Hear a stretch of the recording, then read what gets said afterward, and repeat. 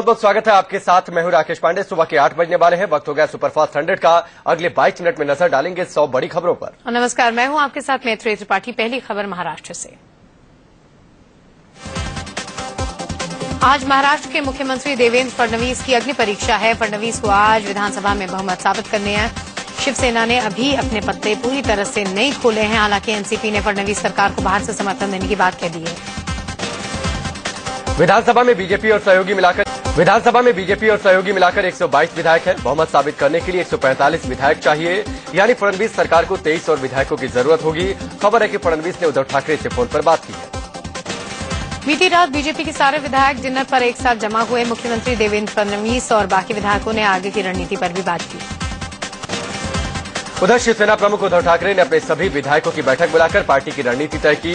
उद्धव ने विधानसभा में विश्वास मत के दौरान विधायकों को सदन में हाजिर रहने के लिए व्हिप जारी कर दिया है। ऐसी भी खबरें हैं कि बीजेपी को समर्थन देने को लेकर शिवसेना में दो धड़े बन गए हैं। एक धड़ा बीजेपी को बिना शर्त समर्थन देने के पक्ष में है, तो वहीं दूसरा धड़ा विपक्ष में बैठने की नीति का समर्थन कर रहा है। इस बीच बीजेपी महासचिव और केंद्रीय मंत्री राजीव प्रताप रूडी ने कहा कि शिवसेना के साथ कोई मतभेद नहीं। उन्होंने कहा कि बीजेपी चाहती है कि शिवसेना सरकार में शामिल होकर काम करे। उधर महाराष्ट्र में विश्वास मत हासिल करने के लिए बीजेपी का रास्ता साफ होता नजर आ रहा है। सूत्रों के हवाले से खबर है कि विश्वास प्रस्ताव पर वोटिंग के दौरान एनसीपी विधायक सदन से बाहर रहेंगे। अगर एनसीपी विधायक सदन से बाहर रहते हैं तो बीजेपी को बहुमत हासिल करने में आसानी होगी, क्योंकि तब बहुमत के लिए आंकड़ा कम हो जाएगा और शिवसेना की भी जरूरत नहीं रहेगी।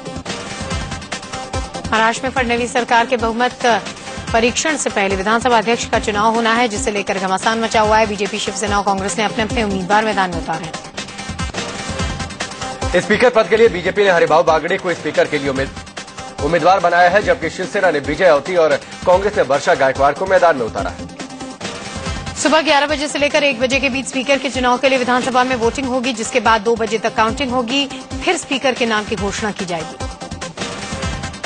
स्पीकर के लिए अगर तीनों उम्मीदवार मैदान में बने रहे तो 2 बार में वोटिंग होगी। पहली बार की वोटिंग में जिसे सबसे कम वोट मिलेगा उसे बाहर करके बाकी 2 उम्मीदवारों के लिए फिर से वोटिंग कराई जाएगी। विधानसभा स्पीकर के चुनाव में एनसीपी ने कांग्रेस के समर्थन का ऐलान किया है। कांग्रेस ने एनसीपी से समर्थन मांगा था। महाराष्ट्र में ये पहली बार हो रहा है कि स्पीकर के लिए 2 उम्मीदवार मैदान में हैं। महाराष्ट्र विधानसभा में शपथ ग्रहण के दौरान जय विदर्भ का नारा लगाने वाले विधायकों को प्रोटेम स्पीकर ने सस्पेंड करने की चेतावनी दी है। इस विशेष सत्र से उन्हें सस्पेंड किया जा सकता है। शिवसेना के बाद अब आरपीआई ने भी बीजेपी के खिलाफ मोर्चा खोल दिया। आरपीआई अध्यक्ष रामदास अठावले ने कहा कि बीजेपी ने उनके साथ धोखा किया और लिखित वायदे भी पूरे नहीं किए।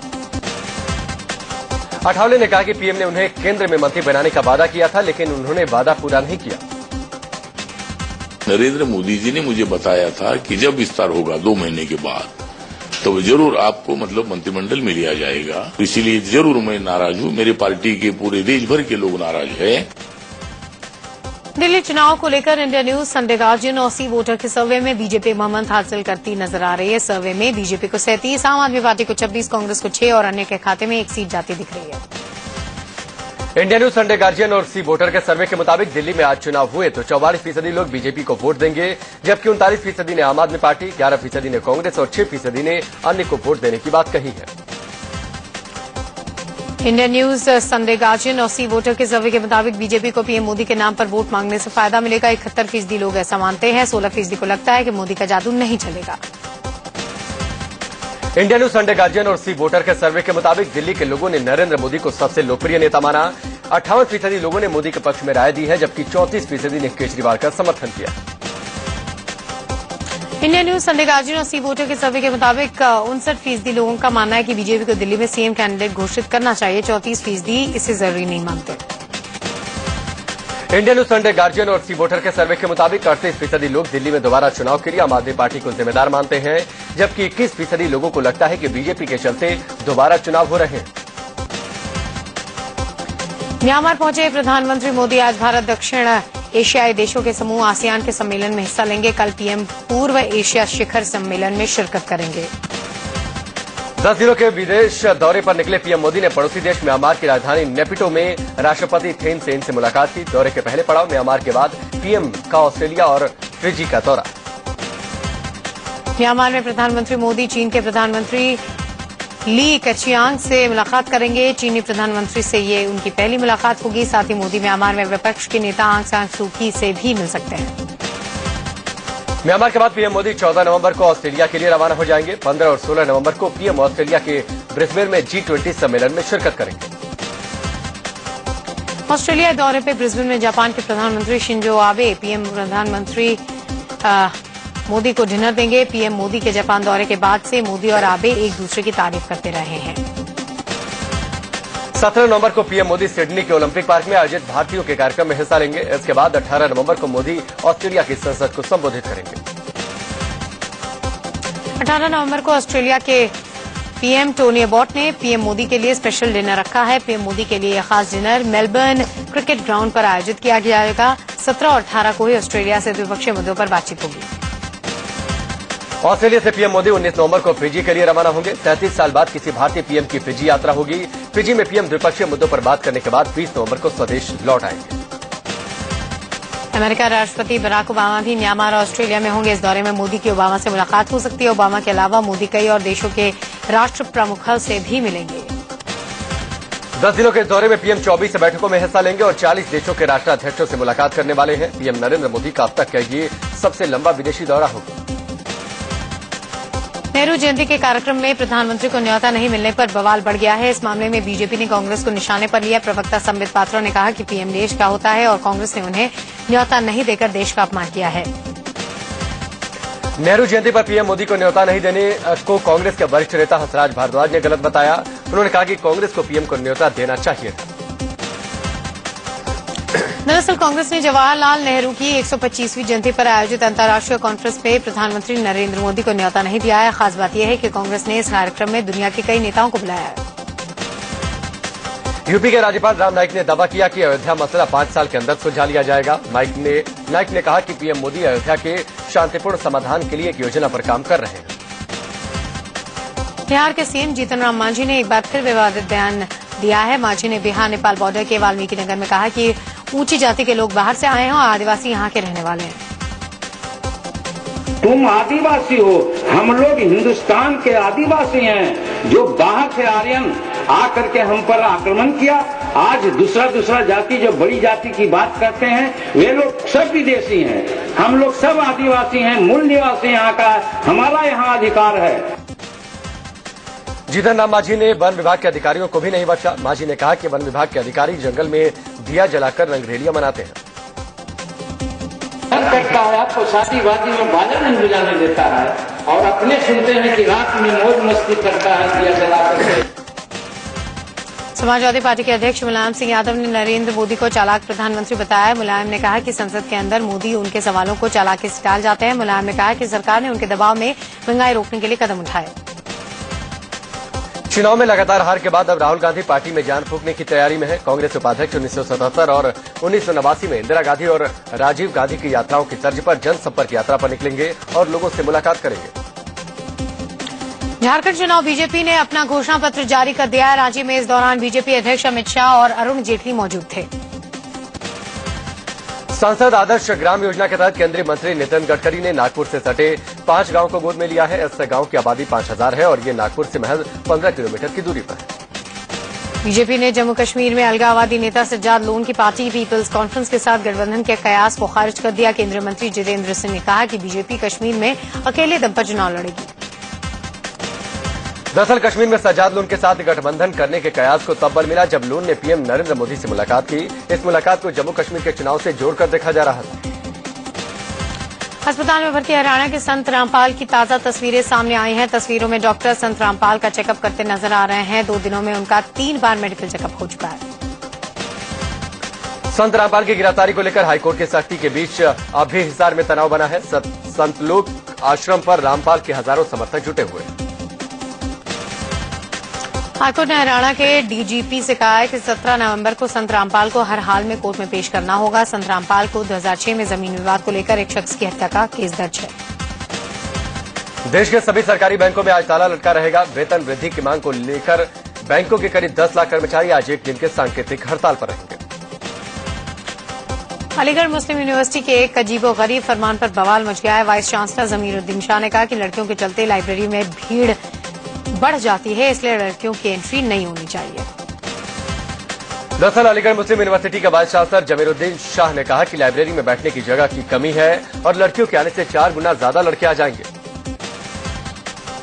केंद्रीय एचआरडी मंत्रालय लाइब्रेरी में लड़कियों की नो एंट्री को लेकर अलीगढ़ मुस्लिम यूनिवर्सिटी के वाइस चांसलर से स्पष्टीकरण मांगने वाला है। एचआरडी मंत्री स्मृति ईरानी ने कहा कि वीसी का बयान महिलाओं का बहुत बड़ा अपमान है।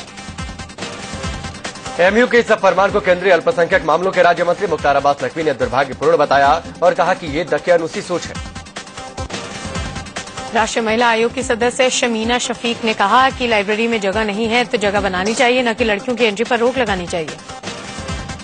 हालांकि बाद में एमयू के बीसी जमीरुद्दीन शाह ने कहा कि उनके बयान को तोड़ मरोड़ कर पेश किया गया है। उन्होंने कहा कि मौलाना आजाद लाइब्रेरी में जगह की कमी के चलते लड़कियों को इजाजत नहीं देने की बात उन्होंने कही थी।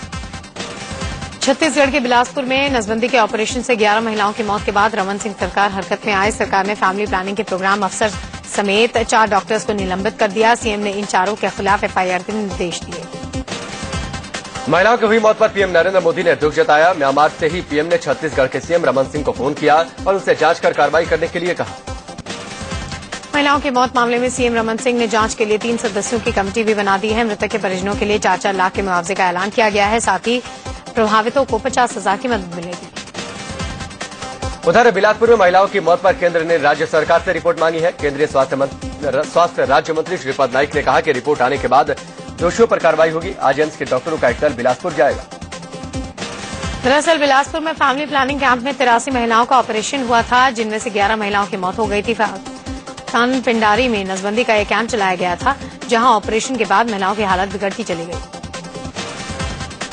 नसबंदी ऑपरेशन के बाद महिलाओं की मौत के खिलाफ कांग्रेस ने मोर्चा खोल दिया है। बिलासपुर में अस्पताल के बाहर कांग्रेस कार्यकर्ताओं ने जमकर प्रदर्शन किया और सरकार के खिलाफ नारेबाजी की।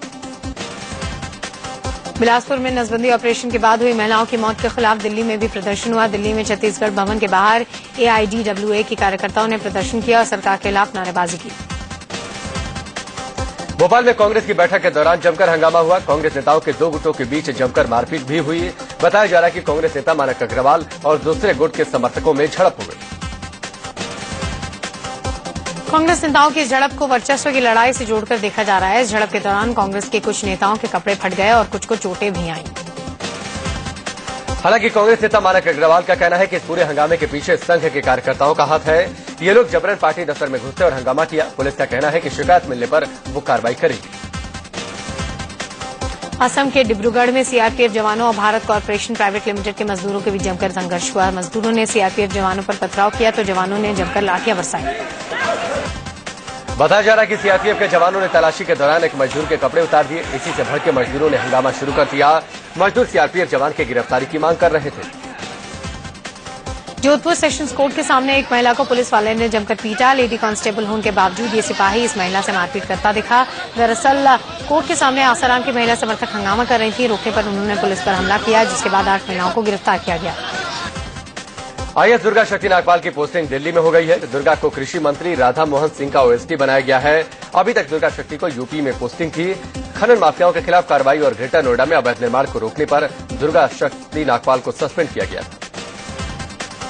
सेनाध्यक्ष जनरल दलबीर सिंह सुहाग आज नेपाल के पहले दौरे पर जाएंगे। जनरल दलबीर सिंह सुहाग को नेपाली सेना के जनरल की मानद उपाधि से नवाजा जाएगा।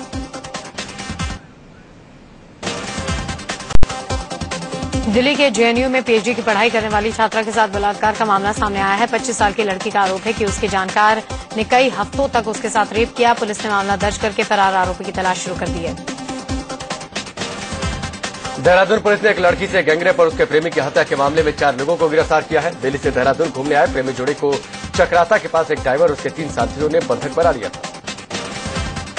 दिल्ली के रेस कोर्स मेट्रो स्टेशन पर ट्रेन के आगे कूदकर एक लड़की ने खुदकुशी कर ली। 20 साल की ये लड़की कालिंदी कॉलेज में पढ़ाई कर रही थी। खुदकुशी की वजह साफ नहीं हो पाई है। पुलिस मामले की जांच कर रही है।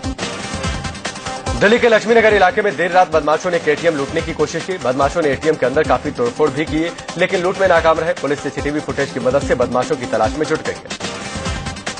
यूपी के सहारनपुर में एक महिला ने दुकान में घुसकर लैपटॉप पर हाथ साफ कर दिया। CCTV फुटेज में दिख रहा है कि कैसे सबकी नजर बचाकर ये लैपटॉप उठाती और अपने कपड़ों में छिपाकर बाहर ले जाती नजर आती है। यूपी के शाहजहांपुर में एक सिपाही ने डांसर को तमंचा दिखाकर डांस करवाया। नशे में धुत ये सिपाही स्टेज पर चढ़कर डांसर के ऊपर नोट उठाता रहा और डांसर डर के मारे डांस करते रहे। दरअसल ये शैलेंद्र शुक्ला नाम का सिपाही निगोही इलाके में चल रहे डांस प्रोग्राम के दौरान पहुंच गया। डांसर और आयोजकों को पिस्तौल का डर दिखाकर इसने चुप करा दिया और फिर डांसर को अपने इशारे पर देर तक नचाता रहा। शैलेंद्र शुक्ला नाम के सिपाही ने डांसर पर करीब 30,000 रुपए लुटा दिए। पूरे मामले की जानकारी मिलते ही सिपाही शैलेंद्र शुक्ला को सस्पेंड कर दिया गया। मुंबई से सट्टे थाने में ससुराल वालों ने पुलिस के सामने ही अपनी बहू की पिटाई कर दी। पुलिस थाने के अंदर हुई पिटाई के बाद पीड़िता को अस्पताल में भर्ती कराया गया। मयूरा नाम की महिला के बयान पर पुलिस ने ससुराल वालों के खिलाफ दहेज का मामला दर्ज कर लिया है। यूपी के मेरठ में बाइक सवार बदमाशों ने एक व्यापारी से 8.5 लाख रुपए लूट लिए। व्यापारी अपनी कार में जैसे ही घर पहुंचा, बदमाशों ने उन्हें घेर लिया। बंदूक तानकर बदमाशों ने रुपयों से भरा बैग लिया और फरार हो गए। मेरठ के टीचर के टॉर्चर से एक छात्र को अस्पताल में भर्ती करना पड़ा। टीचर ने छात्र को 100 दंड बैठक लगाने की सजा दी थी, जिससे उसकी हालत बिगड़ गई। मुंबई से सटे ठाणे के वर्तक नगर में साईं बाबा मंदिर के स्थापना के 28वीं सालगिरह के लिए प्रसाद के रूप में 6 लाख लड्डू बनाए गए। ऑनलाइन शॉपिंग कंपनी अलीबाबा ने 1 घंटे में 120 अरब रुपए की बिक्री की। चीन के सालाना सिंगल्स डे के मौके पर एक खास सेल के जरिए कंपनी ने रिकॉर्ड बनाया। अप्रैल से अक्टूबर के बीच भारतीय रेल की कमाई में 12% की बढ़ोतरी दर्ज की गई है। इस दौरान रेलवे ने करीब 86,000 करोड़ रुपए की कमाई की। सुप्रीम कोर्ट ने मिलावटी दूध के मामले में केंद्र सरकार को फटकार लगाई और 4 हफ्ते में स्टेटस रिपोर्ट मांगा है। गूगल आज नेक्सस 9 टैबलेट भारत में लॉन्च करेगा। इसकी कीमत 28,900 से शुरू होगी।